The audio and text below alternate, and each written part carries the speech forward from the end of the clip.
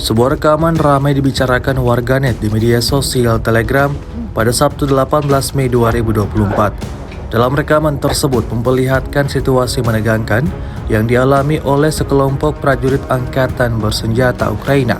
Mereka berusaha meninggalkan tempatnya yang diklaim tidak lagi aman.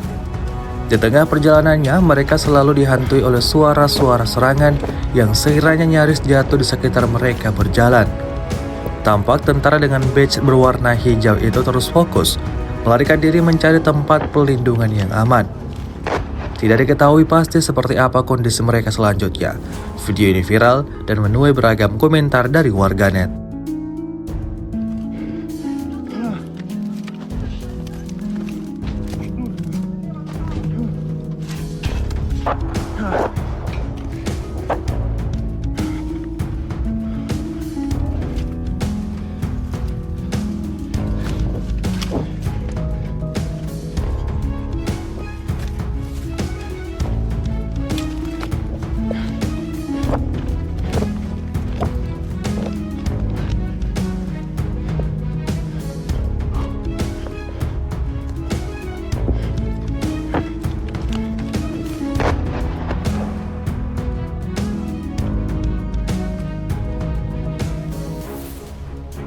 Download Tribun X sekarang, menghadirkan lokal menjadi Indonesia.